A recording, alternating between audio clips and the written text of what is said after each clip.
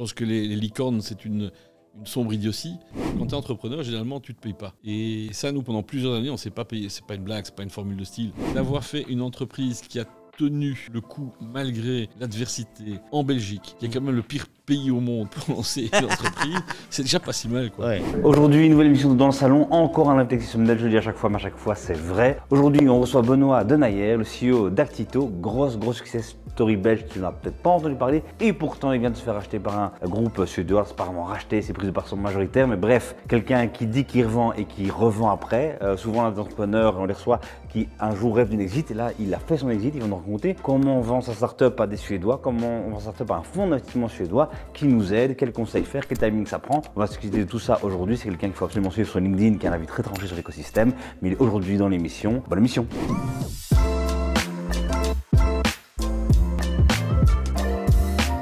Bienvenue dans cette nouvelle émission de Dans le Salon. Bienvenue Youssef, bienvenue Benoît. Eh bien, merci de m'inviter. C'est un grand plaisir. Youssef, t'es chaud? Ouais, hyper chaud. Je sens que l'épisode, il va être vraiment... Ça va être quelque chose? Ouais, je le sens. Benoît, Oui. sache que t'es le premier invité de Startup Vie ever, depuis la création du projet, il y a 2 ans, qui vient en costume et en chemise. Et justement, t'as vendu il n'y a pas longtemps. Est-ce qu'il y a un lien, tu penses? Non, parce que ça, c'est un style que je dois avoir depuis mes 6 ans. Ça ne s'invente pas. Très content de te recevoir. Toi, Benoît, t'es le co-CEO d'Actito. Oui, C'est correct? c'est ça.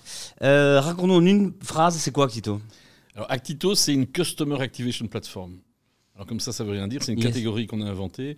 Et c'est un petit peu à cheval sur plusieurs disciplines, le CRM, le marketing automation, même le content management.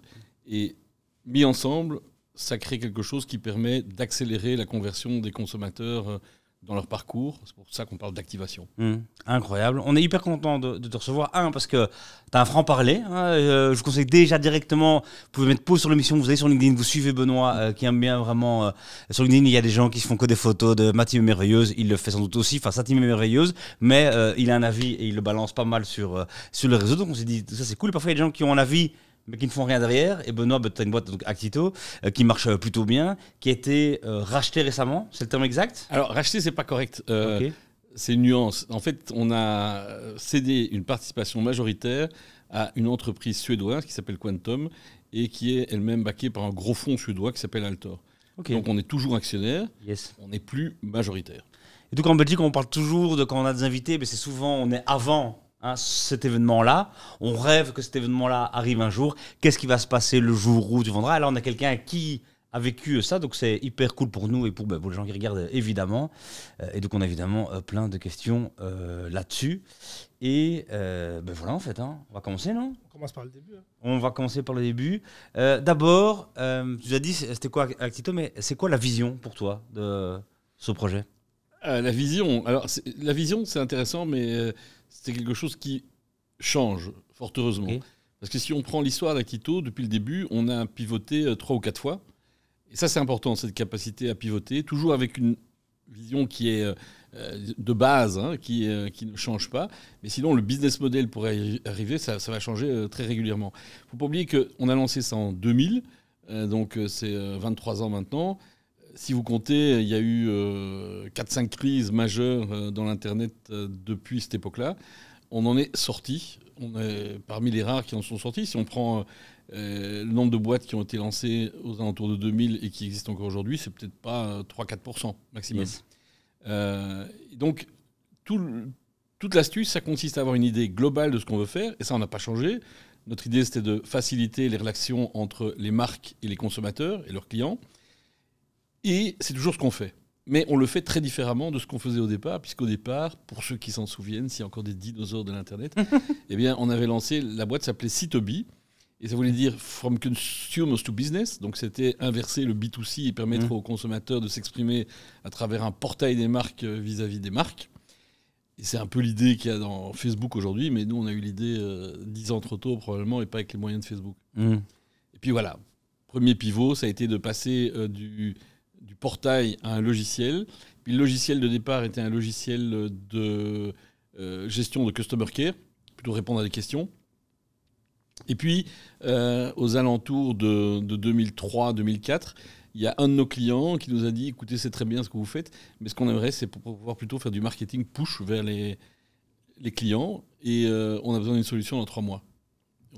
On a repivoté. Là, t'as hésité. Ok, on y va. On n'a pas beaucoup hésité. Et en 3 mois de temps, on a développé la première version. Ok. Et c'est comme ça qu'on a lancé Actito, le logiciel, qui est aujourd'hui ce qu'on fait chez Actito. Ok. Et c'est quoi alors la vision aujourd'hui ou pour les 2 années à venir, 3 années à venir? Je sais pas si tu parles en décennie, c'est quoi la vision pour demain? Alors, Actito, c'est quoi? Clairement, le métier dans lequel on est, c'est un métier qui subit une déferlante d'intérêt aujourd'hui, parce que toutes les marques qui ont passé des années à dépenser énormément d'argent, à acquérir des consommateurs, des clients en investissant sur Facebook ou sur TikTok, bien maintenant on est dans une période de crise. Qu'est-ce qu'ils veulent faire? C'est réduire la dépense, réduire les frais d'acquisition et utiliser la base de clients qu'ils ont. Et c'est ce qu'on fait. Donc c'est pour ça qu'on a beaucoup d'intérêt pour le moment. Ok. Et donc c'est ça, donc ta vision, c'est qu'Actito puisse vraiment maximiser les DB existantes des gens. Alors ça, la vision, c'est de se dire qu'on va continuer dans l'activation plutôt que dans l'acquisition. Mais ça, c'est ce qu'on fait depuis 20 ans, on va dire. Maintenant, la manière d'y arriver, ça va être très différent. D'abord parce que les canaux, je dis les channels, changent un peu tout le temps. Nous, on est né dans l'email. Aujourd'hui, l'email, ça reste un channel très très important, mais il y a le mobile, il y a des canaux comme TikTok, il y a des choses comme ça. Je dirais que tous les 6 mois, le paysage change. Donc, on s'adapte en fonction des channels. Il y a des choses qui sont également d'autres lames de fond. C'est l'intelligence artificielle, on ne peut pas l'ignorer. Et dans notre métier, c'est extrêmement important. Essayer de comprendre le comportement des consommateurs, savoir ce qui va être déterminant comme canal, comme moment également pour les atteindre, ça, c'est typiquement des applications de l'intelligence artificielle sur lesquelles on travaille. J'avais une question pour ceux qui ne connaissent pas la différence entre activation et acquisition. L'acquisition, c'est la première partie ce qu'on appelle le funnel, c'est-à-dire l'entonnoir de conversion des clients. Donc, il faut entrer en contact avec eux, ça c'est l'acquisition. Et généralement, ça se passe par des canaux payants. Il faut payer de la publicité sur Facebook, sur TikTok, sur Google, afin d'avoir un premier contact. Et là, je l'ai acquis, puisqu'il va me céder des données, il va me dire par exemple, vous pouvez me contacter sur l'adresse email Intel. Premier stade. Et avec ça, je ne fais pas grand-chose. Donc, il y a toutes les étapes qui vont suivre, qui vont être par exemple ce qu'on appelle le nurturing, c'est-à-dire on nourrit les prospects, puis on va les amener à faire un premier achat. Premier achat, c'est important, mais avec un premier achat, je ne rembourse généralement pas les frais de l'acquisition. Donc ce qui est fondamental pour une marque, c'est de l'amener à rentrer dans un mécanisme de loyauté où il revient. Et c'est à la deuxième vente que je commence à gagner de l'argent, et ainsi de suite. Et tout le métier dans lequel on est, c'est ce métier de l'activation continue. Donc, trouver des moyens de chaque fois faire revenir le consommateur. Et ça me permet de réaliser une plus-value. C'est très simple. On considère que les premiers frais d'acquisition ne sont remboursés qu'aux alentours de 1,5, 2 ventes. Comme c'est critique de faire du repeat business. Et c'est pour ça qu'on est bien placé aujourd'hui dans un stade, une période de crise. Précisément, les gens vont éviter d'aller dépenser de l'argent chez Google ou chez Facebook. Direct. Pas mal pour Ils en Actito, dépenseront toujours. C'est combien d'employés aujourd'hui Actito? C'est 150 personnes. Quel chiffre d'affaires? C'est à peu près une 20aine de millions. Tes concurrents, ton plus gros concurrent, c'est qui? C'est Salesforce. Aïe, c'est ça que t'aimes pas les Américains. Et le plus grand défi d'Actito, là maintenant, dans ce nouveau cycle, c'est quoi pour toi? Il y en a beaucoup, parce que c'est une société de technologie, donc il faut sans arrêt continuer à développer des choses qui sont innovantes. Avec le legacy qu'on a d'une plateforme qui a 20 ans, c'est recruter des gens valables sur des géographies nouvelles, comme par exemple les Nordiques, puisque forcément, maintenant que nous sommes partis d'un groupe qui est suédois, on a un grand marché qui s'ouvre à nous là-bas. C'est globalement d'assurer que nos clients soient satisfaits. Parce qu'on est, nous aussi, confrontés au même problème. Acquérir un nouveau client, ça coûte très cher. Ça coûte à peu près un an de licence, on va dire 1 an à 1 an et demi, parce qu'on est dans un secteur où c'est relativement cher. Et donc, ce qui va véritablement déterminer la valeur d'une entreprise comme la nôtre, c'est notre capacité à les garder dans la durée. Et pour donner un Alors, je ne sais pas si vous aimez les chiffres. Vous aimez les chiffres? On adore ça. Ah, bon.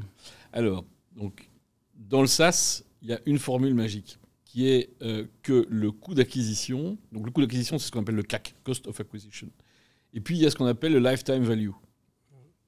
Lifetime Value, c'est ce que le client va vous rapporter dans le long terme.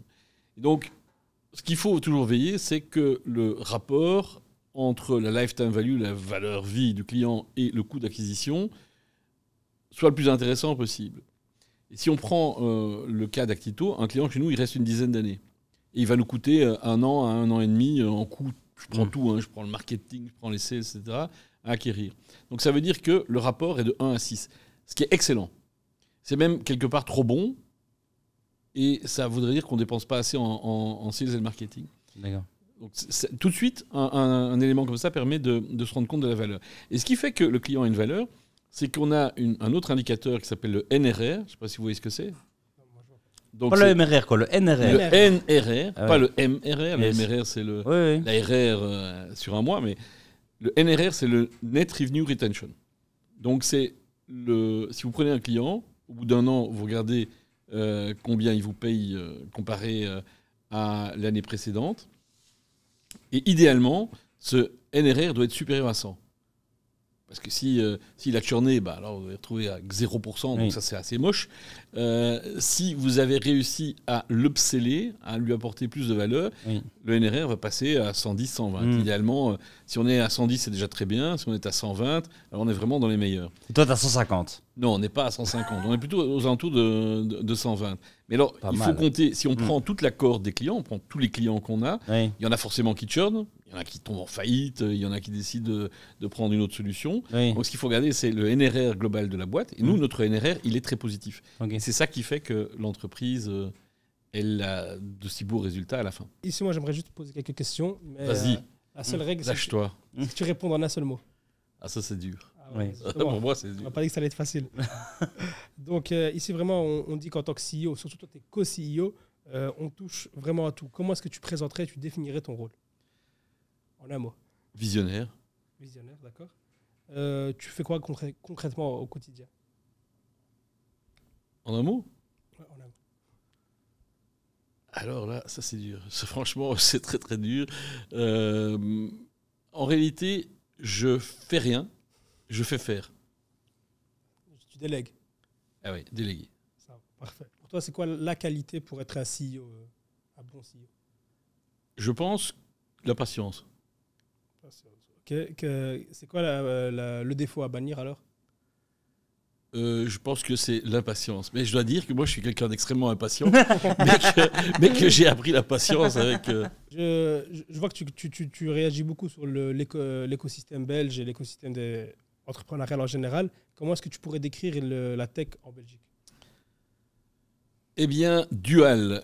Parce que la situation en Wallonie et en Flandre est tout à fait différente. Il y a de très belles boîtes en Wallonie, mais ça n'a rien à voir avec l'énergie qu'il y a dans des écosystèmes comme Gand et Anvers, où j'ai réalisé d'ailleurs quelques petits investissements. Non pas qu'il n'y ait pas de boîte intéressante en Wallonie, mais ce n'est pas du tout la même énergie.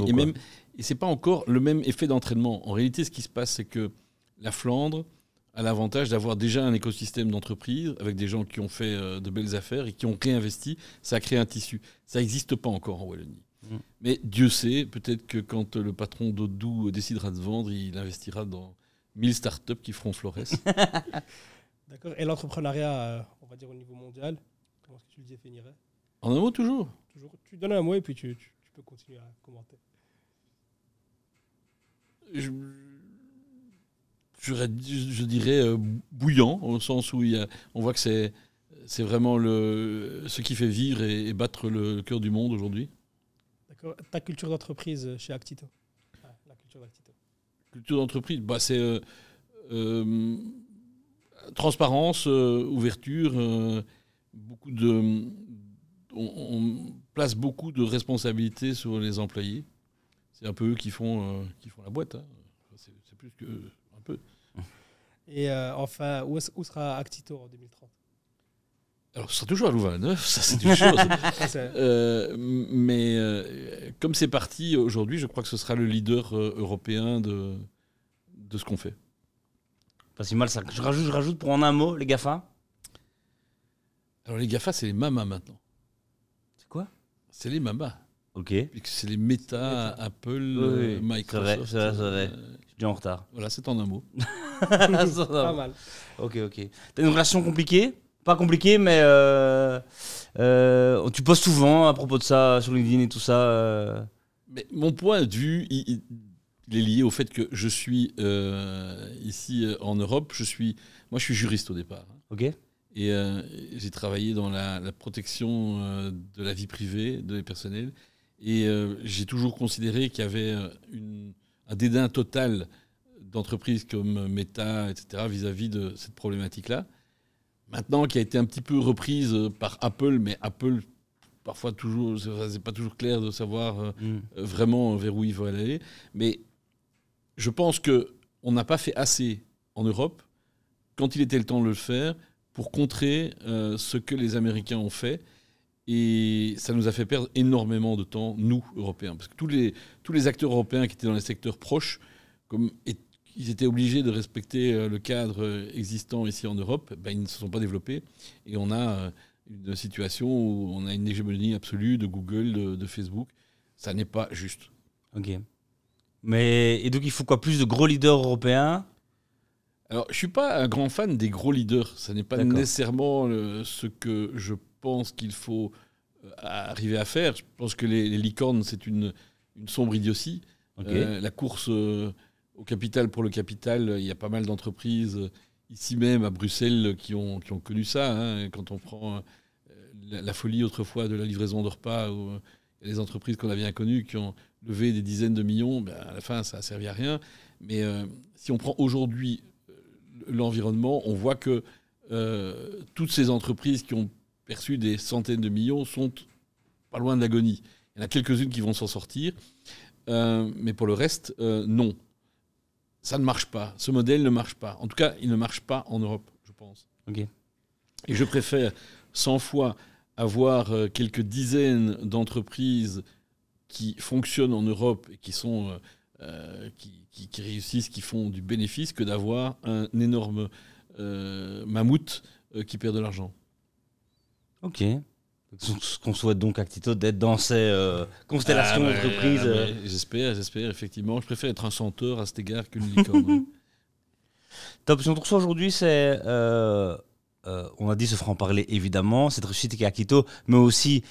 pas ce rachat, mais cette prise de participation majoritaire des Suédois à Quantum. Est-ce que tu peux, parce que donc on a, toi tu es quand même là une licorne dans le sens où en Belgique on en voit très peu, des gens qui se font, et donc désolé mais on doit te poser des questions à propos de ça. Comment ça se passe déjà les premiers contacts? C'est toi qui as mandaté une banque d'affaires, c'est eux qui sont venus. Est-ce que tu peux un peu nous raconter comment ça se passe? Alors c'est très intéressant. Comment ça se passe? On n'est pas à notre première opération, hein, puisque nous, ce qu'on a fait par le passé, c'est qu'on avait racheté en 2008 une entreprise qui s'appelait Mediquality, qui était active dans le marketing pharmaceutique et qui a pas mal réussi, et qu'on a revendu ça à un gros fonds, une grosse société américaine, là pour le coup, c'était les seuls acquéreurs, qui s'appelle Medscape, et qui aujourd'hui est à la barre de l'opération. Et tu sais que cette entreprise, Actito, on l'a créée Pierre, mon frère, donc Kenya Rose et moi. Pierre Deneyer, mon frère, il est parti, il est maintenant le directeur de Medscape Europe. Et donc, l'idée à ce moment-là, c'est qu'on est rentré en contact avec des investisseurs à cette occasion-là, qu'on a continué à nourrir, évidemment. Et puis, quand on s'est retrouvé dans une situation, on s'est dit, mais Actito, c'est bien, mais on voudrait le porter un peu plus loin. On a refait le tour des mêmes investisseurs. Il y en avait une grande partie qui était des Américains, quelques Européens. On avait également une banque d'affaires qu'on avait utilisée pour la première opération, qui est une banque américaine mais basée à Paris, qui est Lincoln Capital, qui sont des gens très très bien d'ailleurs, conseil si vous avez besoin. Et ces gens nous ont mis en contact avec toute une série de gens, dont cette entreprise suédoise, qu'on n'avait pas vu venir, honnêtement. On ne les connaissait pas, ceux-là, pas du tout. Moi, j'entretiens des contacts avec tous les investisseurs depuis des années. C'est très, très important, à savoir pour les startups. une levée de fonds, ça se fait pas en 6 mois, ça se fait pas en 1 an, ça se prépare 3-4 ans à l'avance Ok. par tous les contacts qu'on a auparavant. Ok. Il faut se connaître. Parce que Ok. c'est évidemment, ça a des conséquences qui sont aussi lourdes, voire plus lourdes qu'un mariage. Hein. Donc, Ouais. il y a intérêt à ce que les fiançailles soient quand même un tout Mm. petit peu bien pensées. Donc, Donc, la banque d'affaires, juste pour ceux qui ne connaissent pas son rôle, elle va t'aider à faire un super dossier, préparer un roadshow et puis va te faire rencontrer, pitcher Ouais. une série de cibles potentielles, Voilà. enfin, des gens qui pourraient t'intéresser. pour reprendre la métaphore du mariage, c'est un entremetteur. Ok. Hein. C'est, Ouais. donc, ce qu'elle va faire, c'est elle a un cercle de gens et d'investisseurs qu'elle connaît Mm. et elle les met en contact avec vous. Et donc, forcément, le Quantum là, en question, on ne les connaissait pas du tout. On ne savait même pas qu'ils existaient. Mais cette banque, elle avait un de ses conseillers qui a travaillé longtemps dans les Nordiques et qui donc connaissait les gens qui s'y trouvaient, dont Quantum. Et c'est là qu'on a été mis en contact. Mais entre la mise en contact et la conclusion de l'opération, ça met de nouveau beaucoup de temps. Je crois qu'il y a eu pas loin de 6 mois. Ok. Donc rien ne se fait rapidement dans ce monde. Les enjeux sont quand même fort importants, donc forcément, ça se fait pas en 3 semaines. Yes, donc au début, vous vous rencontrez, il y a un intérêt, on s'y dans tous les sens, une data room, mais quoi, c'est que la due diligence sur tous les sujets, ou on parle aussi beaucoup de l'avenir c'est quoi, est-ce que tu peux nous dire les grandes étapes, tu vois Bah, une fois qu'il y a l'intérêt entre la signature, c'est quoi les grandes étapes Oui, alors l'intérêt, il se manifeste assez vite. Hein. Ça se fait généralement en une seule réunion de 30 minutes où on présente le projet et en gros, à la fin, bah, y a, la personne en face, elle dit « ouais, non, je crois que je vais décliner » ou bien au contraire, il y a de l'intérêt. Au bout d'une demi-heure, on est fixé. Ok. Mais ça, c'est que le tout début. Parce que ce qu'on essaye de faire toujours dans ce genre de choses, c'est de créer une compétition.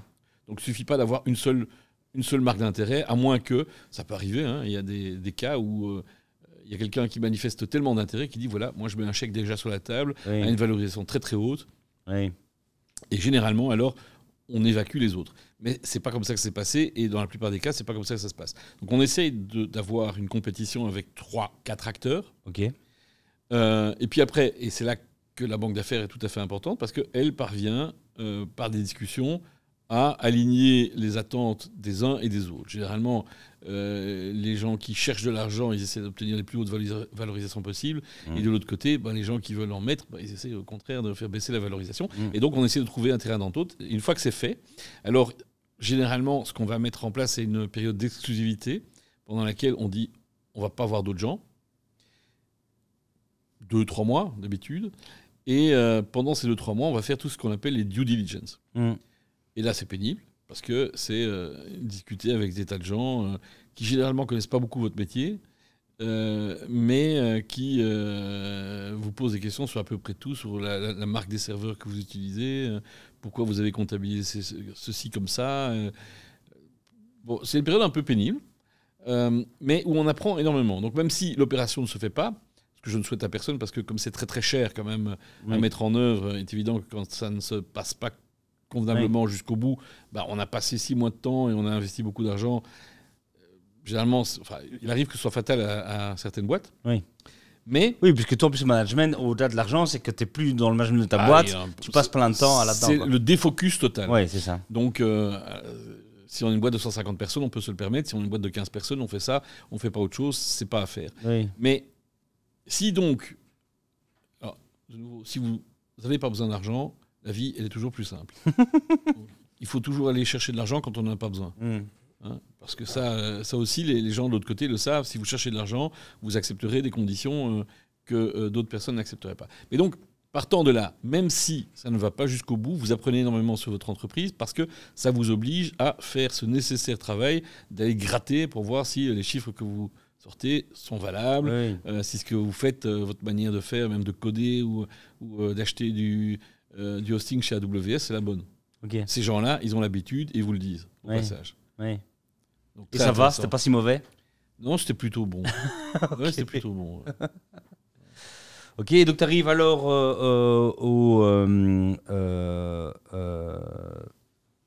au bout de ça. C'est quoi les éléments de tension qu'il y a pendant cette période-là, au-delà du défocus sur le montant de la participation, la valo? Tout.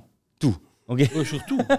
Non, mais forcément. Ouais. Il peut y Tu peux avoir... nous donner des exemples concrets Il y a par exemple, on est une société qui est active dans 6 pays.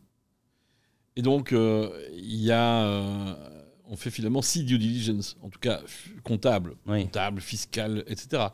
Et il y a un moment donné, alors pour une filiale peut-être moins importante, comme l'Angleterre chez nous, il y a un des consultants de l'autre côté qui arrive et qui dit moi je veux ceci comme information. On regarde ça, on se dit mais non, c'est pas possible, il faut 3 mois pour remettre ça. Et là il y a une phase de tension parce qu'on se dit mais on doit essayer de clôturer dans un délai de 3 mois. Si on doit remettre tous ces éléments-là, on ne fait jamais le projet. Oui. Donc ça c'est un exemple.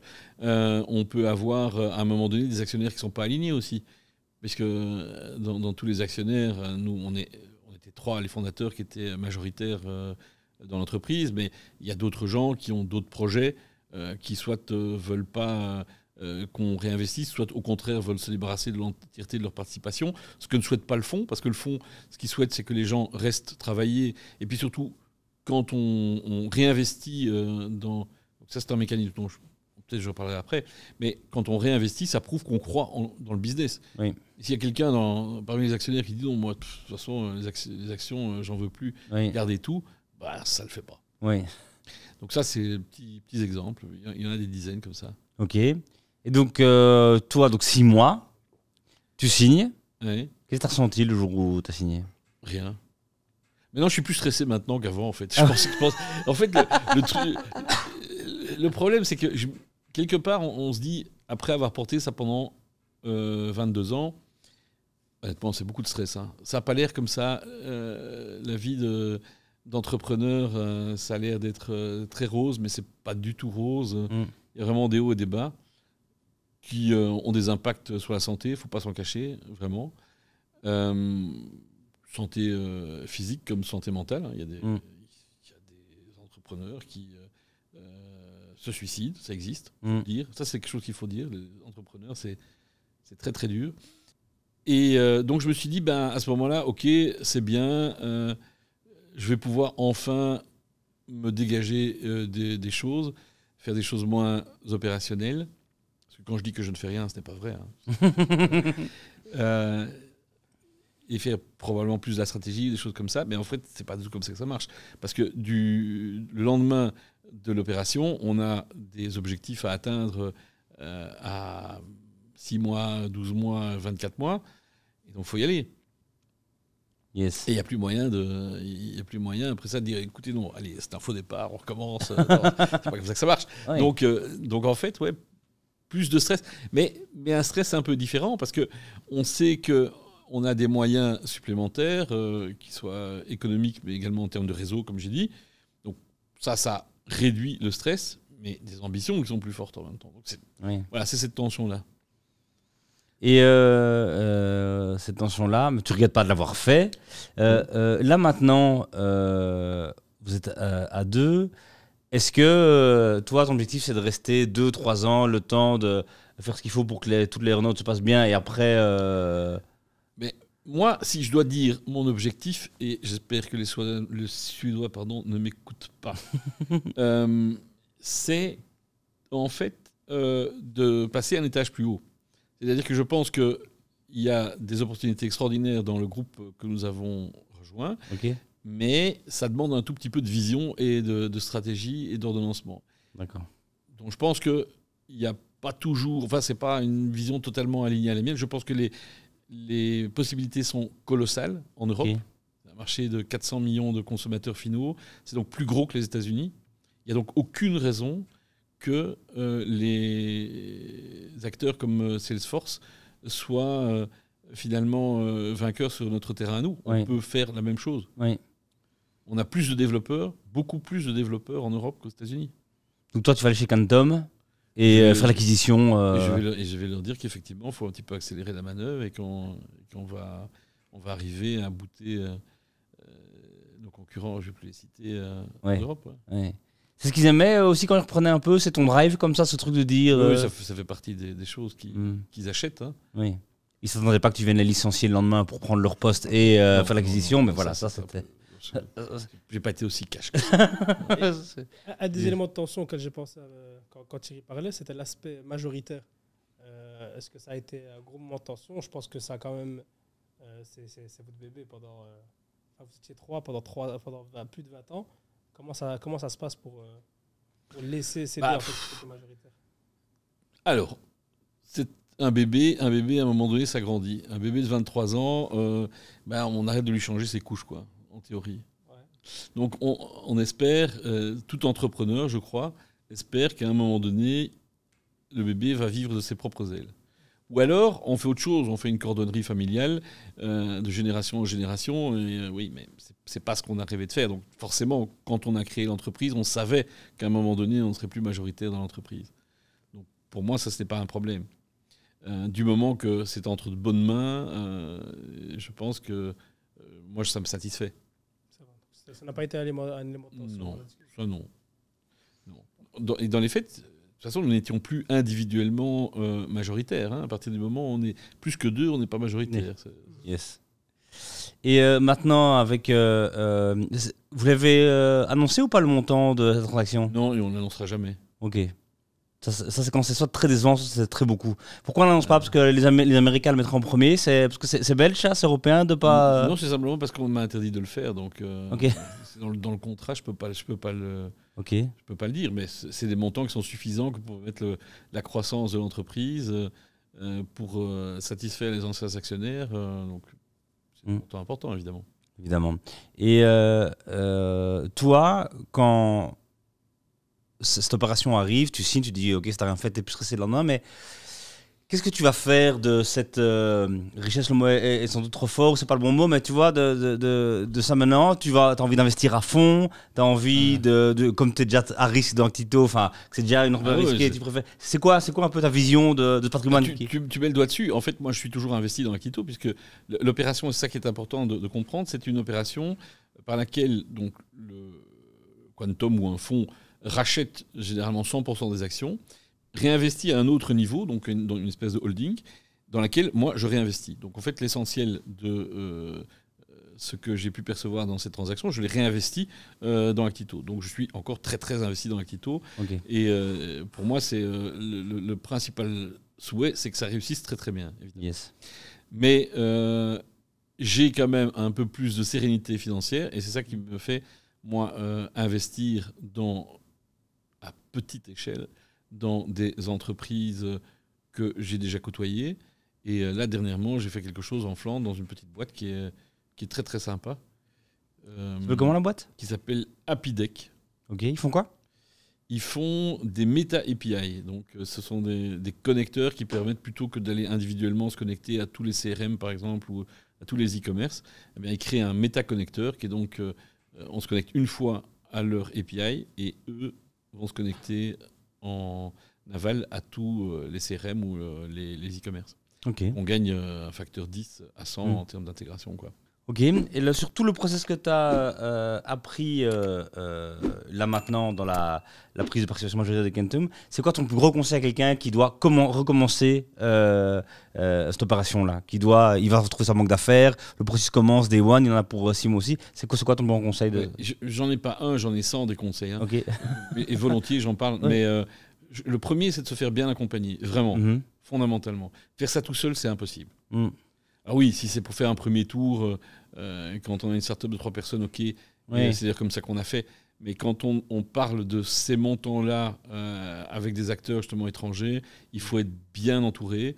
Donc nous, on a un banquier d'affaires, on a un très très bon cabinet d'avocats avec qui on a travaillé sur 3 opérations avant. Donc c'est Tetralo. Tetralo, il s'appelle. Tetralo, sont vraiment très très bien, qui nous ont beaucoup aidés parce que ça tranquillise absolument sur tout, sur la...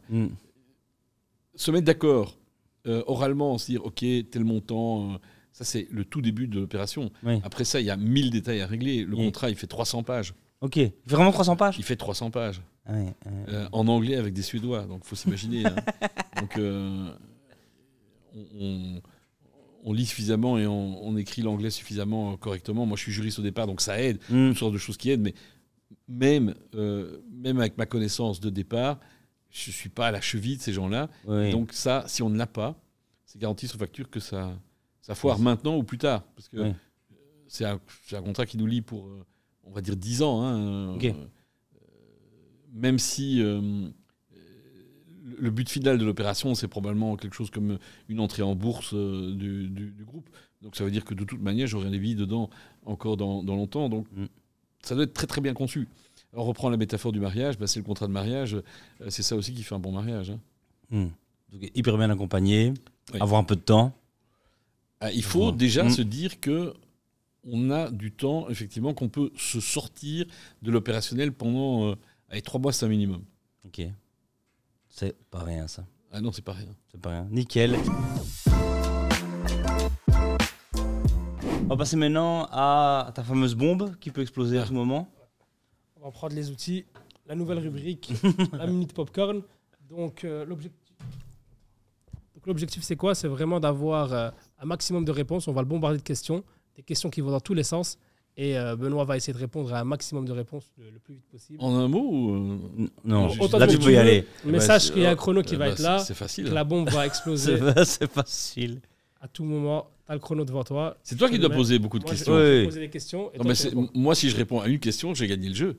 Non, ça. parce que l'objectif, c'est quoi? On C'est va te qu'un- comparer aux autres invités. Ah oui, donc c'est celui qui répond le plus vite à la fin. Exact. Qui répond Ça le va être plus. dur. Donc, ton premier salaire. Mon premier quoi? Ton premier salaire. Mon premier salaire dans Actito, Ouais. 0. 0. Et ailleurs? Et ailleurs, ça devait être à l'université, ça devait être à l'époque 45 000 francs belges, un truc comme ça. Donc c'est avant l'euro. Hein. Ouais, donc 1000 balles. 1000 balles, on va dire. Ouais, 1000 balles. La plus grosse facture que tu aies jamais envoyée, à part celle de l'achat. Envoyer 600 000 euros. Ok. Le pire client que tu as eu. Et je peux pas citer de nom ici. Je peux pas citer. Ok. Pourquoi? Pourquoi c'était le pire, je veux dire? Pourquoi c'était le pire? Sans Ouais, dire le parce nom. que- Parce que tu as des gens de mauvaise foi, extrême mauvaise foi. On essaye, de faire le business correctement, et puis il y a des gens qui piétinent ça. Donc, Ok. On va être gentil. C'est qui le meilleur client? eh ben, je dirais que tous mes clients. Non. aujourd'hui, sont- Ah, c'est trop beau, franchement, c'est trop beau. Franchement. C'est des très beaux. Et alors, moi, j'ai adoré servir des tout petits clients à l'époque. Alors, il y a un client que j'aime toujours bien servir, qui est toujours bon, qui est ma société, c'est Rasoir, qui est toujours. Tu connais Rasoir, hein? Exact, exact. Rasoir, c'est toujours un client d'Actito. Bon. Ton avis, est-ce que tu penses que l'IA va prendre le dessus sur les hommes? Eh bien non, ça va juste permettre aux hommes de faire ce à quoi ils sont bons, c'est-à-dire être des hommes, quoi. Et pas essayer de devenir des demi-dieux. Ton avis sur ChatGPT? Ouais, c'est juste un proof of concept. D'accord. Le meilleur entrepreneur que tu aies rencontré en Belgique? Ou belge? En Belgique, eh bien, ce serait difficile à dire parce qu'il y en a vraiment des très très bons. Mais j'aime beaucoup les gars dans la boîte là, dans laquelle j'investis, c'est Geert-Jan de Wild, qui est un multi-entrepreneur. Il a créé 2-3 boîtes avant. J'aime vraiment bien la manière, la hargne du truc. Si tu avais... Voilà, c'est fini. Donc, on comptera le nombre de questions de toute façon. C'était pas mal, c'était Vraiment. rapide, c'était rapide. C'était bien. Hein? C'était bien. Ouais, c'est sympa comme truc. On devrait le noter, on aurait dû le noter, on aurait dû noter le nombre Parce que j'ai le nombre de de... questions, je sais où il s'est arrêté. Ouais, ouais. Attends, on va dire ça maintenant. 1, 2, 3, 4, 5, 6, 7, 8. Est-ce qu'on compte Je peux pas répondre, je peux pas dire le nom. Oui, on peut, ça compte. Ah bah, Ça allez, compte, huit. ça compte. Oui, Parfait. allez, oui, pas mal ça. Ouais, sympa. Vraiment C'est bien. beau, c'est beau, c'est beau. Maintenant, on va parler un peu de sales, de vente. Raconte-nous pour créer ce grand géant, mais pas si gros comme tu disais, mais pour créer Actito, à quoi ressemble aujourd'hui ton département sales? Alors, déjà, on a séparé les ventes en deux. C'est-à-dire que les SDR, pour nous, on appelle ça la demand gen. Et la demand gen, c'est du marketing. Ok. Donc, c'est dans l'équipe marketing. Et puis, de l'autre côté, on a l'équipe sales proprement dite. Et je dirais, il y a un troisième volet, et qui est très, très important, c'est les account executives et les customer success qui vont faire le revenu récurrent. Et donc, je vais reprendre chacun. Les SDR, l'idée, c'est qu'on va se baser sur la langue, parce qu'on travaille dans 5 pays, mais on a centralisé les SDR ici en Belgique. Donc, on a des SDR francophones essentiellement, parce que notre marché le plus important, c'est la France, néerlandophone, anglophone et alors espagnol, pour l'Espagne et l'Amérique du Sud. Donc, c'est 4-5 personnes, basées à Louvain-la-Neuve, soit direction de de John. Et puis, on a les équipes sales sur le terrain, on va dire. C'est toujours des inside sales, ils ne font pas du porte-à-porte. N'empêche qu'ils sont près du terrain. Et ça peut poser un problème parce que quand on est dans 5 pays, il faut donc avoir une certaine autonomie par pays, mais il faut quand même avoir une certaine centralisation parce qu'il ne faut pas que chacun se mette à faire exactement sa manière de vendre. Donc là, on a beaucoup tâtonné. Et donc maintenant, on a un système matriciel où il y a les country managers qui sont les premiers vendeurs dans chaque pays. Et on a un VP Sales un VP Sales, c'est un Chief Sales Officer qui va faire en sorte que tout soit intégré au niveau global. Et ça, c'est une petite dizaine de personnes. Ok. Et puis alors, on a les account exécutives et les CSM, sont les gens qui ont des clients et qui essayent de les faire croître. Et chez nous, c'est vraiment l'équipe commerciale la plus importante. Ok. Puisque, comme je vous l'ai expliqué, pour nous, ce qui est important, c'est le NRR. Yes. Hein, et donc ça, c'est une vingtaine de personnes. Nous, on a quand même de l'ordre de 400 clients qui sont des gros clients. Hein. Nous, on ne sert pas... C'est pas le PLG du coin avec des clients à moins de 1000 balles. C'est des gens qui payent plus de 20 000 euros par an. Okay. Donc, ces clients-là, ils sont servis par 20 account exécutifs qui sont eux aussi basés essentiellement dans les pays puisqu'il y a cette notion de proximité et de langue. Justement, tout à l'heure, j'avais la question et Thierry a bien fait de ne pas me lancer là-dedans. Parce que sinon, on allait rester là des heures. Mais c'est vraiment, je voulais savoir la typologie de clients que tu as en fait. Bah, c'est des gros clients. Donc, si tu compares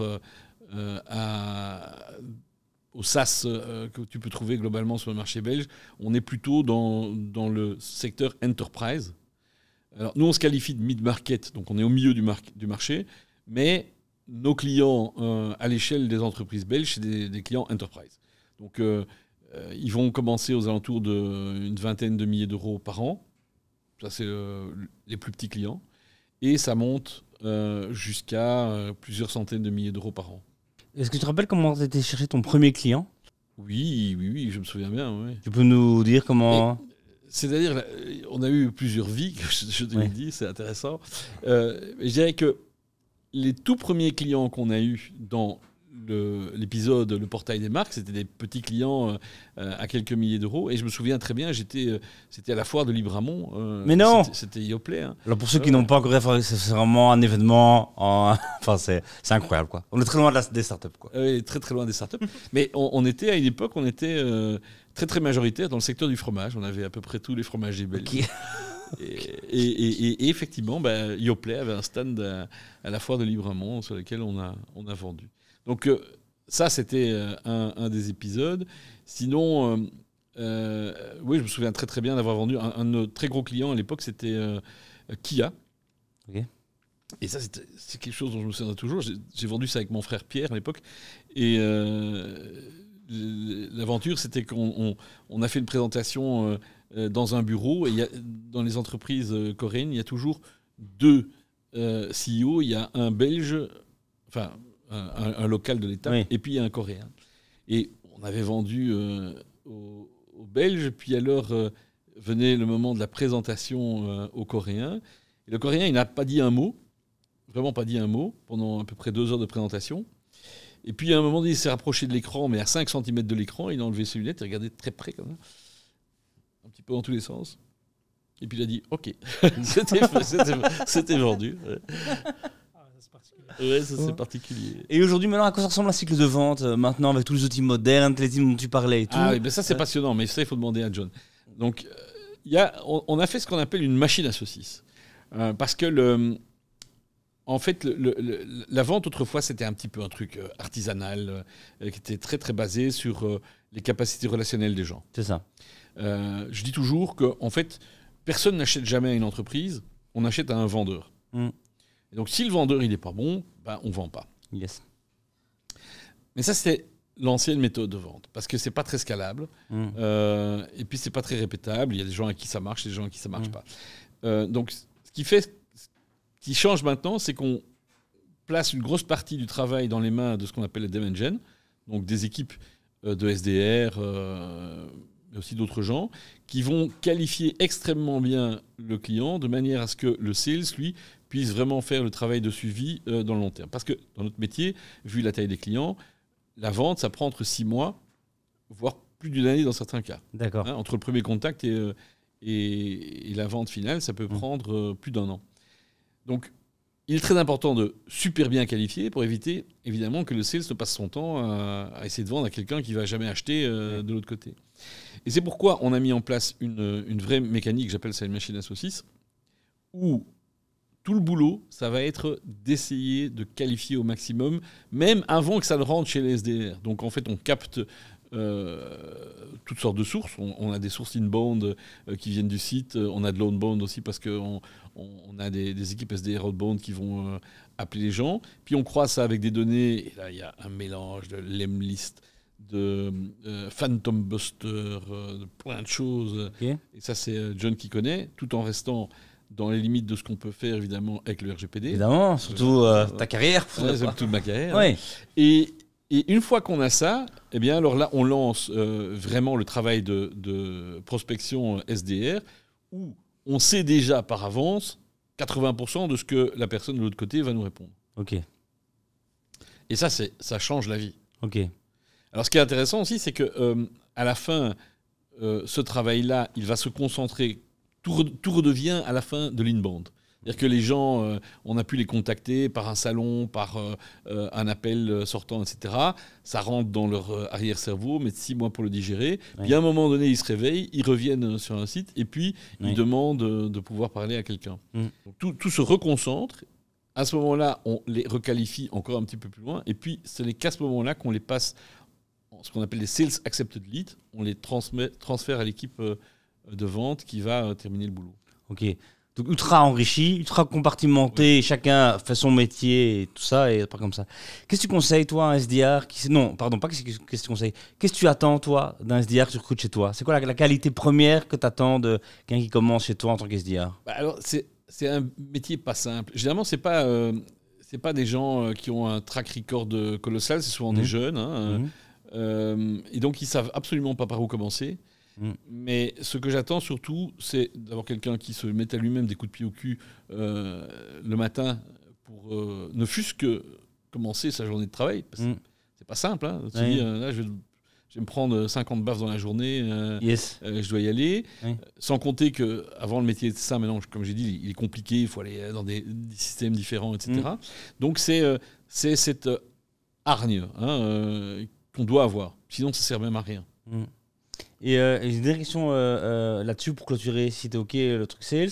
C'est que donc nous, on met en place une équipe sales chez nous. C'est tout nouveau pour moi, en tout cas. Donc je discutais avec plein de sales et tout. Et un de sales disait, nous, évidemment, on rémunère au contrat, au truc qui se passe à la fin. Mais au début, les 6 premiers mois, on rémunère aussi à l'activité. Est-ce que ça chez toi aussi pour les calls, les rendez-vous bien sûr, mais surtout que le SDR, à un moment donné, lui, ce qui se passe après, il ne sait pas ce qui se passe. Donc il faut évidemment qu'il soit intéressé au résultat global de l'entreprise, ça va de soi, mais il faut également qu'il ait un intéressement au SAL qu'il amène. SAL, SQL, c'est la même chose. Hein, ok. Et SAL, ça veut dire quoi? Sales Accepted Lead ou Sales Qualified Lead. Donc ça veut dire qu'il sort du marketing ou la demand gen, puis il est à un stade où un sales dit ouais, ok, je l'accepte, je le prends, c'est dans mon quota et moi je dois le transformer. Ok, cool.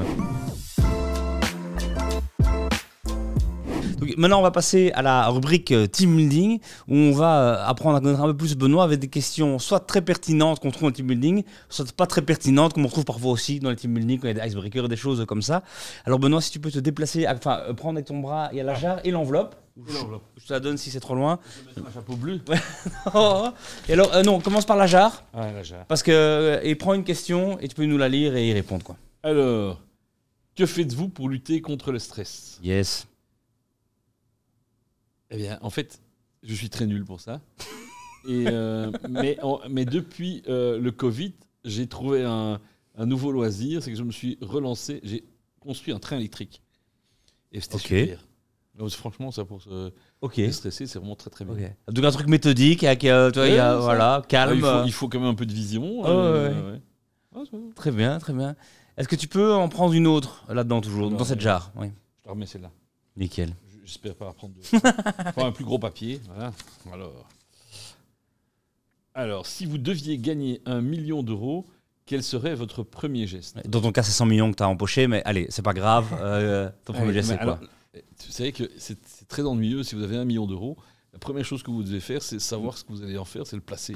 Ok. Et aujourd'hui, c'est devenu extrêmement compliqué. Et si vous ne le faites pas, vous avez perdu 10% au bout de l'année parce que, à cause de l'inflation. Exact. Et donc, c'est les trucs les plus emmerdants. Bon. Donc, appelle ton conseiller, tu as un conseiller qui te. Mais ça, il faut aussi avoir. Mais ça, c'est le truc le plus enquiquinant au monde.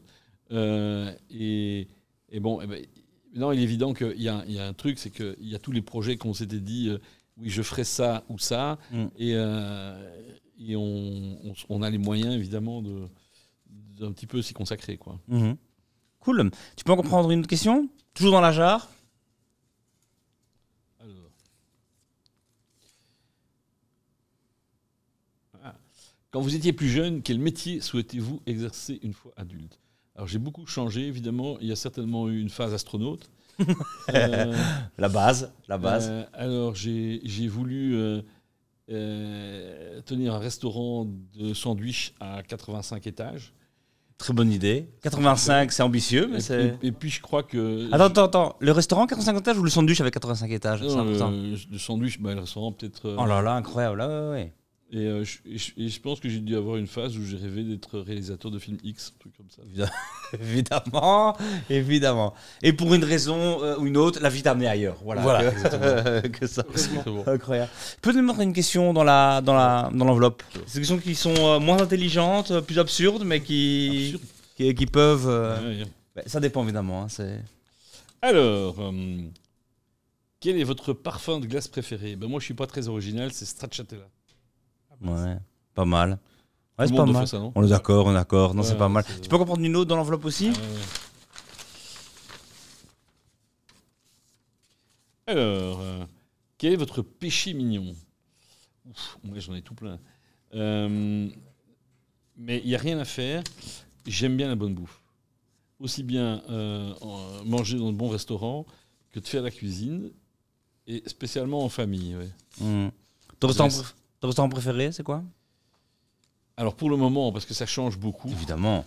Ça change beaucoup. Et moi, je suis pas nécessairement pour les grandes tables très très chères. Mais j'ai à côté de Louvain-la-Neuve un restaurant que j'aime vraiment bien qui s'appelle le C'est ici, à Corroy-le-Grand. Ok. Et ils font que des produits locaux. Ok. C'est vraiment très bien. C'est ici, tu disais? C'est ici, à Corroy-le-grand. C'est ici. Ouais, vraiment bien. Parfait. Génial. Génial. Dernière question. Ok, une dernière dans l'autre. Alors, dans la jarre, si tu veux. Jarre. Zoup.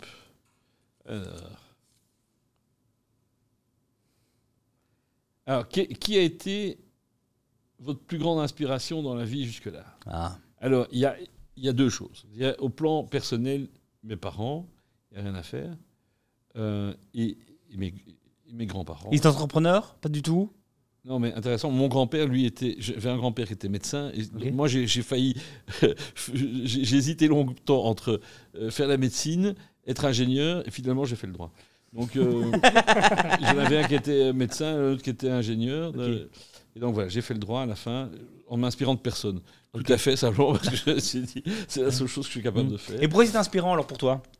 Mais justement, parce que c'est ça qui m'a donné beaucoup le goût de la... Il n'y a rien à faire, le métier qu'on fait, c'est de la techno. Et c'est le truc qui m'intéresse dans le métier que je fais, c'est la techno. Il y a des moments, on vous dira d'ailleurs, les gens se foutent un petit peu de ma balle au bureau, mais il y a des moments où je m'enfermais en fait dans la salle des serveurs simplement pour regarder les petites lumières qui clignotent en me disant, à chaque fois qu'il y a un routeur qui fait ça, c'est qu'il y a un type qui clique de l'autre côté de la planète. Donc j'ai vraiment une grande admiration pour la techno, ce qui fait aussi d'ailleurs que j'ai par exemple une collection de Macintosh à la maison. J'ai ma cave qui est remplie de vieux Mac depuis mon premier, depuis 1982. Ah oui. Donc ça, c'est ce qui m'a inspiré beaucoup. La partie techno, ça vient de là, de mon grand-père. Mais sinon, et ça c'est aussi lié, je pense que depuis très longtemps, c'est Steve Jobs. Non pas que je m'identifie à Steve Jobs, qui a beaucoup de travers aussi, qui n'est pas nécessairement le gars le plus sympa de la planète, mais j'aime beaucoup sa manière de casser les codes, quoi. Et il les a cassés plusieurs fois. Et plusieurs fois, il est reparti de rien et il a recommencé. C'est-à-dire que c'est vraiment un type très, très, très inspirant de ce point de vue-là. J'ai pensé qu'à un moment donné, il pouvait être remplacé par Elon Musk, mais à la fin, pourtant je suis un conducteur de Tesla, voiture que j'adore, je pense qu'il n'arrive pas au demi-centimètre de la cheville de Steve Jobs. Yes. Qui restera, je pense, un des plus grands entrepreneurs de tous les temps. Qu'est-ce qui lui manque pour toi? À Steve Jobs ou Elon Musk? Elon Musk. Je pense qu'il ferait bien de prendre un an de congé. On est Parce d'accord. que, là, je pense qu'il fait trop de choses et qu'il ne sait Ouais. plus bien ce qu'il fait. Ouais. Ouais. Nickel, merci beaucoup Benoît. On va rentrer dans la Merci à dernière vous. partie de l'interview. On a nos questions qu'on va te poser sans jarre et sans enveloppe. On parle beaucoup des réussites, surtout là d'Actito qui est aujourd'hui une belle réussite. Et parfois on dit oui mais pas encore. Ben là il y a déjà des signes très forts au-delà du nombre de clients, de employés. Ben, il y a cette prise de participation et tout ça. Mais il y a eu des moments difficiles. Est-ce que tu Ouais. peux en choisir un et nous raconter un peu ce que c'était et ce que tu as fait pour t'en extraire, le dépasser ou... Eh bien, écoute, oui. 2008, moi je dirais. 2008, c'était un moment de grande crise. Et alors, je t'ai dit qu'on avait commencé dans un métier qui n'avait rien à voir, qui était le portail des marques. Puis on était passé dans un métier qui était le marketing pharmaceutique quand on a racheté MediQuality 2007. Et à ce moment-là, l'activité, il y avait le logiciel, mais il y avait également une partie qui était agence. Parce que c'est aussi une bonne manière de faire quand on lance une boîte SaaS, surtout à l'époque où ça n'intéressait personne, c'est d'avoir une activité de consulting à côté pour simplement, parce que c'est bread and butter, ça rapporte de l'argent Oui. et ça permet de survivre. Et là, on s'est retrouvé dans une phase où je crois qu'on avait perdu l'un ou l'autre client et on avait trop de monde dans l'agence et donc on a dû licencier des gens. Et en fait, c'était juste avant la crise de 2008. Donc, heureusement qu'on l'a fait parce qu'on ne serait jamais passé à travers la crise de 2008. On serait mort si on n'avait pas fait. Mais ce qu'on a fait, et là je me suis dit d'ailleurs à l'époque, à l'époque on ne se payait pas beaucoup, mais n'empêche, je me suis quand même dit, tiens, au moins, là j'aurais mérité mon salaire parce que c'était très très dur à faire, mais il y a moyen de le faire correctement. Et on l'a fait plus que correctement, je pense, parce qu'en fait on a replacé tout le monde. On a annoncé aux gens qu'on ne pouvait pas les garder dans Actito, mais on a replacé tout le monde à des positions généralement qui étaient meilleures que la position qu'ils avaient quittée. Ok. Donc je pense que les gens sont globalement assez contents Oui. d'avoir fait ce mouvement. Donc ça, c'était quelque chose de très très dur. Yes. Et dans cette phase-là, qu'est-ce qui t'a permis de dépasser ça? C'est de la résilience? C'est que tu étais inconscient, entrepreneur, en disant ça ira bien un jour, tu vois? C'est quoi le truc qui te... Je pense qu'il y a un moment donné, tu dois le faire, tu le fais, c'est tout. Sans que tu te dises que ça va t'amener à tel endroit ou tel endroit. Il y a un moment donné, tu sais que c'est ce que tu dois faire. Ok. Quel sacrifice tu as dû faire dans ta carrière? Dans mes carrières, moi j'ai Yes. commencé, j'étais avocat, puis j'étais chercheur à l'université, puis avocat, puis j'ai fait ça. Mais ici, si on prend que Actito, de nouveau, quand tu es entrepreneur, généralement tu ne te payes pas. Et ça, nous, pendant plusieurs années, on ne s'est pas payé. C'est pas une blague, c'est pas une formule de style. Oui. On ne s'est pas payé de salaire du tout. Et très longtemps, on s'est payé le plus petit salaire de la boîte. Je pense que, allez, il y a une dizaine d'années, on a rectifié un peu le tir, on a commencé à se payer, mais on se paye très correctement, il n'y a pas de problème. Et puis, comme entrepreneur, il y a d'autres manières de se payer, mais il faut être prêt à le faire. Et malheureusement, je connais des gens qui ont lancé des boîtes en se disant, moi je peux pas, des gens qui avaient déjà une situation, consultant, etc. Oui. Tu gagnes confortablement ta vie, tu peux pas descendre ton niveau de vie parce que tu as des enfants, tu as une maison, tu as des trucs comme ça. Et donc là, ils se plantent parce que si tu sais pas sortir 100 000 balles de ta boîte, un salaire, ça coûte 100 000 euros. Faut pas... Yes. Donc tu dois avoir 100 000 euros de marge que tu dégages avant de pouvoir te payer le moindre salaire. Alors tu peux te payer aussi un salaire symbolique, ce qu'on a fait. Mais tu n'en vivras pas et c'est pas avec ça que tu vas payer ta maison et tes gosses. Et ça, les gens, je pense qu'ils sont pas prêts à ça. Et ça fait souvent des choses très difficiles. Et puis alors il y a des gens qui au contraire vont rester des années et des années dans cette situation-là. Nous on l'a fait, probablement on est resté trop longtemps, mais qui au bout d'une vie ne seront jamais payés. Yes. Si au bout de 20 ans, le truc n'a pas décollé, ne marche pas, il faut pas s'accrocher, il faut faire autre chose. On est quand même passé, en tout cas, quand les investisseurs sont dans la danse, au début, c'était payez-vous le minimum et tout, parce que l'argent que j'investis doit servir à la boîte. Et il y a quand même eu un shift qui disait payez-vous quand même correctement, parce que je veux vous concentrer à 100% sur la boîte, quoi. Et que vous n'ayez pas ce stress de devoir faire. Mais t'inquiète qu'il n'y a jamais personne qui va te dire ça, non?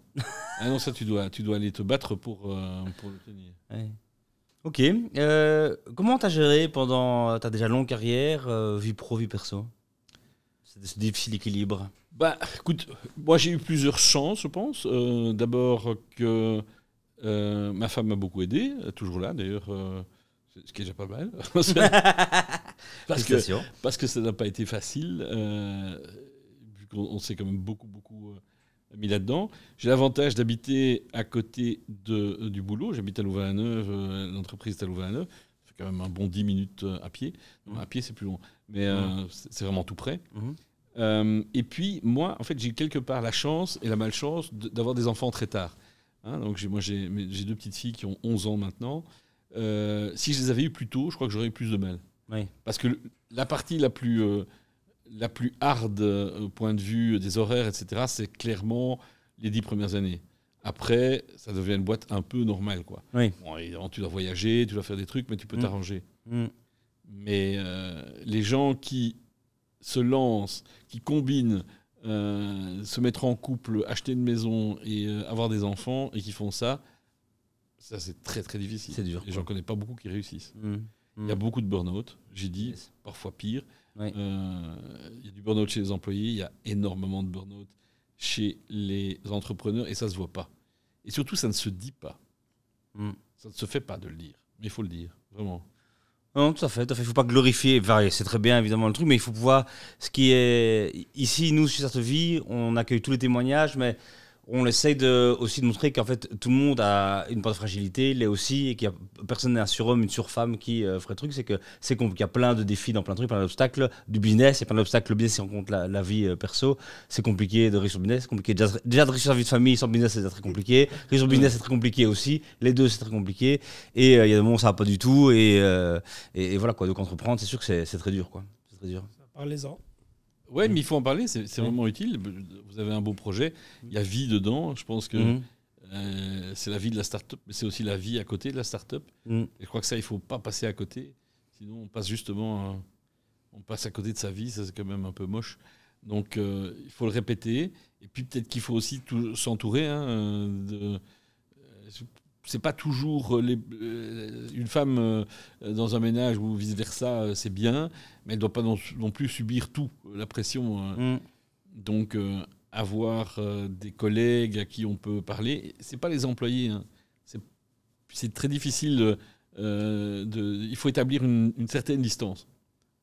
Et on ne peut pas être copain avec ses employés, parce que c'est pas la même chose. Ils ont leur propre challenge, vous avez les vôtres. Ce sont 2 mondes qui sont un peu étanches. Donc, par exemple, côtoyer des réseaux d'entrepreneurs, c'est pas mal.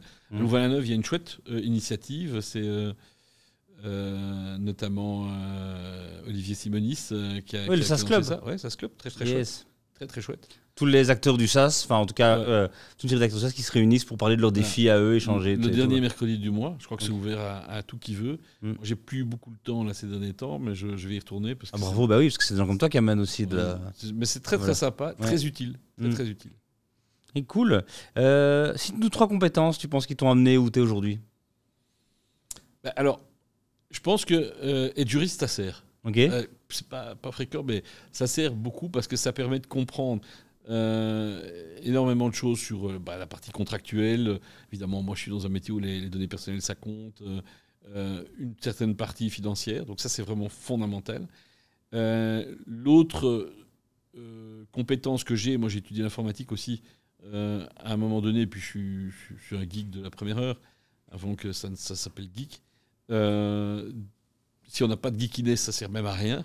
Surtout si on fait une start-up dans la techno. Vous pouvez faire autre chose, mais si vous pouvez faire de la brasserie, je ne pense pas que de connaître comment coder. Mais vous devez avoir cette geekiness absolue, cette passion pour le nouveau bidule, et pouvoir mettre vos mains dedans. Mais même si moi, honnêtement, je ne pourrais pas écrire une ligne de code d'Actito, absolument pas. Mais j'ai un profond intérêt pour ça. Et alors, troisième qualité professionnelle qui n'est pas que moi j'ai acquise sur le tas, c'est les chiffres. Et je ne suis pas encore très bon en chiffres. Heureusement, j'ai mon associé de la première heure, Kenya, qui lui fait tout ça dans l'entreprise. On a évidemment un département comptable, tout ce qu'il faut, s'il faut. Mais lui, c'est plutôt son truc. Je n'y connaissais absolument rien. Je ne dis pas que je suis un expert, mais il n'y a rien à faire. Maintenant, je commence à connaître. J'aurais connu ça plus tôt. Je pense que ça aurait été mieux pour la boîte. Donc, cette connaissance-là, elle est essentielle. Tu parlais de ton impatience. Est-ce qu'il y a des choses que tu dis, ça, je dois vraiment améliorer ou quitter, ça c'est un point dans mon comportement, une compétence que j'ai pas, où je me dis, voilà, les 5 prochaines années, je dois... Ouais, alors, impatience, moi, je vois plutôt, j'ai dit que c'était plutôt un défaut qu'une qualité. Hein. C'est plutôt la patience qui devrait être une qualité, parce que rien n'arrive en un jour. Il faut énormément de temps pour que les choses se fassent. Mais mon impatience, elle est souvent devant des choses idiotes. Dans des boîtes de 150 personnes, il y a des tas de choses qui se passent que tu n'as pas décidé, qui s'auto-organisent d'une certaine manière. Tu as des gens qui ont telle manière de fonctionner, et tu te dis, mais nom de Dieu, pardon, excuse-moi l'expression, mais ça ne va pas. Il faut faire autrement, il faut tout changer, mais tu ne peux pas tout changer. Parce qu'il y a des gens, et donc tu ne peux pas prendre un type et dire, oh non, il est vraiment pas bien à cette place-là, je le mets à cette place-là. Chose très importante, c'est que j'ai jamais rencontré de gens qui étaient des nullités universelles ou des imbéciles universels, ça n'existe pas. Il faut juste le mettre à la bonne place. Et donc la première chose que tu veux dire, c'est tu le prends et je vais le mettre à la bonne place. Et là, ok, les choses vont s'arranger. Probablement que ça va s'arranger, mais ça va pas se faire du jour au lendemain, de nouveau. Donc ça, tu dois apprendre. Tu dis, bah non, il y a plusieurs choses à faire qui vont s'enchasser, qui vont amener le résultat escompté. Mais agir de manière impatiente, ça ne marche jamais. C'est déjà une bonne leçon. On est impatient un peu, non, dans la vie. C'est quelque chose que tu as. C'est quoi la chose dont tu es la plus fière, ton plus bel accomplissement? Professionnel. Oui. J'aurais dit pas professionnel, j'aurais dit mes enfants. Moi, je trouve que c'est tellement génial. Bon, c'est pas encore fini, mais donc professionnel. Je trouve que déjà d'avoir fait une entreprise qui a tenu le coup malgré l'adversité en Belgique, qui est quand même le pire pays au monde pour lancer une entreprise, c'est déjà pas si mal, quoi. Ouais, c'est déjà pas si mal, t'as raison. Ouais. Et la chose où ta carrière, tu te dis, ouais, là j'étais un peu naze, ou t'as un peu honte, ou tu dis, j'étais pas à mon top là, ou... Ouais, beaucoup. Alors ça ne se voit peut-être pas, mais je suis très critique de moi-même.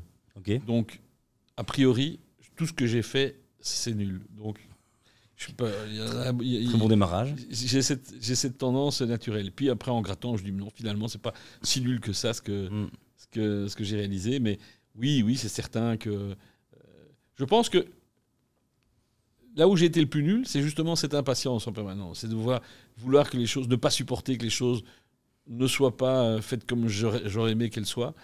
Et donc, ça t'amène à un moment donné à perdre un peu tes nerfs, à t'énerver. C'est pas très top. C'est pas très top. Mais en même temps, je pense que c'est ce que tu as dans tes tripes. Si tu agis contrairement à ce que tu as dans tes tripes, alors tu n'es pas dans la vérité. Et si tu n'es pas dans la vérité, à mon avis, autour de toi, ça se sent assez rapidement. De ce point de vue-là, je crois que je suis dans la vérité, puisque c'est souvent mes tripes qui parlent. Exactement. Et c'est ça qui te fait sortir de l'ordinaire, hein, comme quand même quand tu es plein de ce ton. Allez suivre Benoît. C'est sur LinkedIn qu'on te suit, toi? C'est là où tu postes le plus ou... Oui, sur LinkedIn. Oui. Et sur Twitter, très peu. Mais... Oui. Vas-y. Je voulais revenir sur une séquence. Tu as critiqué l'entrepreneuriat en Belgique. Je voulais savoir justement, au-delà de tous les défauts qu'il y a, comment est-ce qu'on peut l'améliorer? Alors là, écoute, j'ai pas de recette universelle, mais tu prends un pays qui est déjà pas grand. Maintenant, c'est 11 millions de personnes. Tu as 3 régions. Tu as 4 langues, pour faire simple. Donc, rien que ça, tu te dis, mais comment est-ce que c'est possible de lancer un business là-dedans, alors que c'est à peu près la taille de la région parisienne, où tu prends un métro, tu arrives au bout de la région en 25 minutes de temps. Ici, non, tu es obligé. Je suis venu ce matin, je suis venu ce midi pour vous rencontrer. Ça m'a mis 1h30 parce que j'ai tapé Louvain-la-Neuve, Bruxelles avec les pires embouteillages du monde. Et tout est à l'avenant. Tout est compliqué, hyper compliqué en Belgique. Vraiment beaucoup plus compliqué. En comparaison avec les autres pays dans lesquels on est, c'est vraiment beaucoup plus compliqué. Il y a des choses qui se sont simplifiées, heureusement, du genre, par exemple, embaucher et même licencier. C'est plus facile en Belgique que ce n'est en France, par exemple, en Espagne, certainement. Il y a toujours beaucoup de charges administratives. Il y a le système fiscal qui est absolument incompréhensible. Moi, je suis licencié en droit fiscal, donc c'est ma spécialité. Je peux te dire, je n'y comprends toujours rien et je ne vois vraiment pas... je ne vois même plus le but. C'est idiot. Ce qui s'est passé avec les droits d'auteur, là, qui est quand même un truc qui a un impact colossal sur notre secteur, hein, faut pas minimiser ça. C'est invraisemblable qu'on en soit arrivé là. Et tu ne sais pas pourquoi. Alors, je ne dis pas que la mesure au départ était intelligente, mais la supprimer de cette manière-là, c'est complètement absurde et idiot. Donc ça, c'est typique de la Belgique. Ça ne va pas. Mais par contre, tu as un fonds qui est extraordinaire de gens qui ont toujours envie de s'en sortir et de faire quelque chose. La Belgique, c'est une terre d'entrepreneurs. Il ne faut pas oublier que les chemins de fer qu'on a construits partout, que ce soit en Chine, en Russie, etc., c'est des Belges qui ont fait ça. Hein. Et on a des très bonnes universités, on a plein de choses bien. Alors en Wallonie, on a pu bénéficier à un moment donné de subsides qui aidaient pas mal, parce qu'il fallait, pour compenser un petit peu la complexité qu'on avait de l'autre côté. Donc je dis, tu es à la fois dans un pays horrible au point de vue entrepreneurial, et puis il y a quand même de l'espoir. Mais alors, pour que ça fonctionne vraiment, il y a un truc qu'il faudrait faire, c'est simplifier. Alors simplifier à tous les étages. C'est pas très porteur, tu vas pas te faire je vais pas me faire des amis, moi, certainement, ni au Parti Socialiste, ni au MR, mais je dis, mais il faut virer des étages entiers, quoi. Il faut supprimer des choses qui ne servent à rien. Et alors, un des trucs où je vais certainement pas faire des amis, c'est que je comprends pas pourquoi on s'obstine à construire des bidules qui ne servent à rien. Genre, l'agence du numérique en Wallonie, je ne sais pas si vous êtes copain avec l'agence du numérique, mais je n'ai toujours pas compris à quoi ça sert. Il doit y avoir 150 personnes qui bossent là-dedans. Ces gens ne sont jamais venus me voir. Ouais. J'occupe 150 personnes. Oui. Tu te demandes à quoi ça sert. Mm. Ben, ça sert à probablement dépenser l'argent wallon. Mais ça n'est qu'un exemple parmi des centaines. Simplifier, quoi. Ben, Ça tombe mot d'ordre. Pour finir sur un truc, une note plus positive, est-ce qu'il y a une rencontre que tu as fait dernièrement, un livre que tu as lu, un film que tu as vu, inspirant, que tu as envie de nous partager là maintenant? Oui. Ah oui, moi, il y a un bouquin certainement. Oui. Il y en a plusieurs, mais il y a un film que j'ai bien aimé, et ce n'est pas Astérix. C'est les 8 montagnes. Ok. Il faut aller voir ce film, qui est un film qui a été réalisé par des Flamands, il faut le faire, en Italie. Et dans les montagnes du nord de l'Italie. Et qui raconte l'histoire d'un type qui a une quête d'absolu comme ça et qui va s'enferrer dans les montagnes, puis finalement ça finit pas très bien, mais c'est magnifique. D'abord c'est très bien réalisé, puis ça rejoint moi une de mes passions qui est la montagne, même si j'en fais plus beaucoup, mais c'est un film vraiment à tout point remarquable.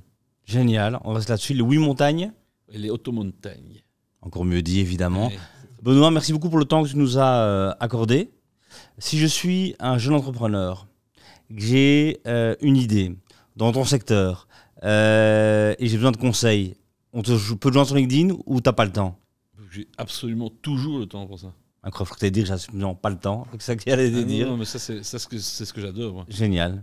Donc voilà, si vous êtes dans le secteur, proche du secteur, si l'expérience de Benoît vous parle, vous interpelle, et il est sur LinkedIn, il est là, et quand il n'est pas en train de tuer quelqu'un à vue avec son post LinkedIn, n'hésitez pas à lui faire un petit message pour un truc. Merci beaucoup, merci Youssef aussi d'avoir aimé ça, merci Benoît. C'était hyper cool. À bientôt, vous commentez, vous partagez, on se retrouve pour la prochaine émission dans le salon. À plus, au revoir. Merci beaucoup, au revoir.